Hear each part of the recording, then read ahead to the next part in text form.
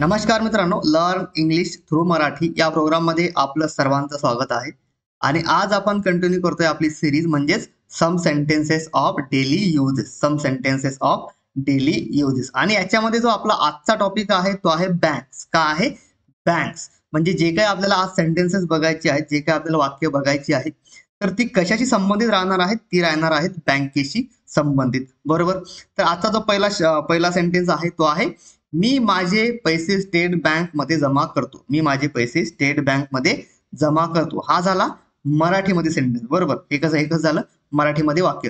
आता असं वाक्य आपल्याला जेव्हा इंग्रजीमध्ये बोलायचं असते तर ते कसं होईल? जसं की बघा, I deposit my money in the state bank of India. I deposit my money in the state bank of India. आलं लक्षामध्ये? आता बघा नेक्स्ट.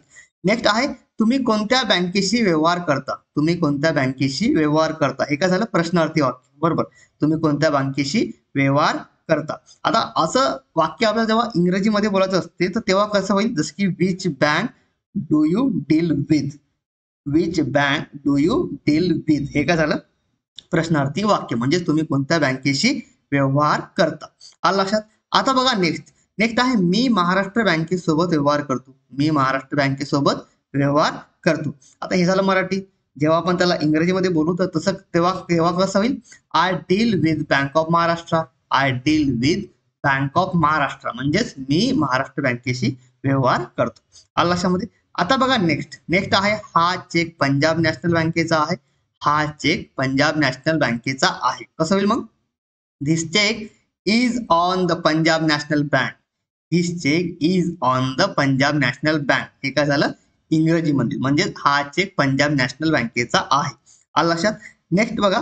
नेक्स्ट, त्याने चेकने बिल भरले. त्याने चेकने बिल भरले. म्हणजेच he paid the bill by cheque. He paid the bill by cheque. आलं लक्षात? आता बघा नेक्स्ट. नेक्स्ट आहे, ही एक नोट बनावट आहे. ही एक नोट बनावट आहे. म्हणजे ही जी नोट आहे ती कशी आहे? नकली आहे. बरोबर. नकली आहे, बनावट आहे. बरोबर. आता बघा, त्याचं जेव्हा इंग्रजीमध्ये बोलू तर ते कसं होईल? जसं की it is a forge note. It is a forge note. म्हणजेच काय? ही एक नोट बनावट आहे. आलं लक्षामध्ये? असं काही सेंटेन्सचा अर्थ. होप तुमच्या लक्षात आलं असेल. काही अडचण असेल कमेंट बॉक्समध्ये लिहून पाठवा. तर आजसाठी एवढंच. भेटूया पुढच्या व्हिडिओमध्ये. तोपर्यंत नमस्कार. आणि व्हिडिओ आवडला असेल तर like, share and subscribe to the channel. आणि थँक यू फॉर वॉचिंग.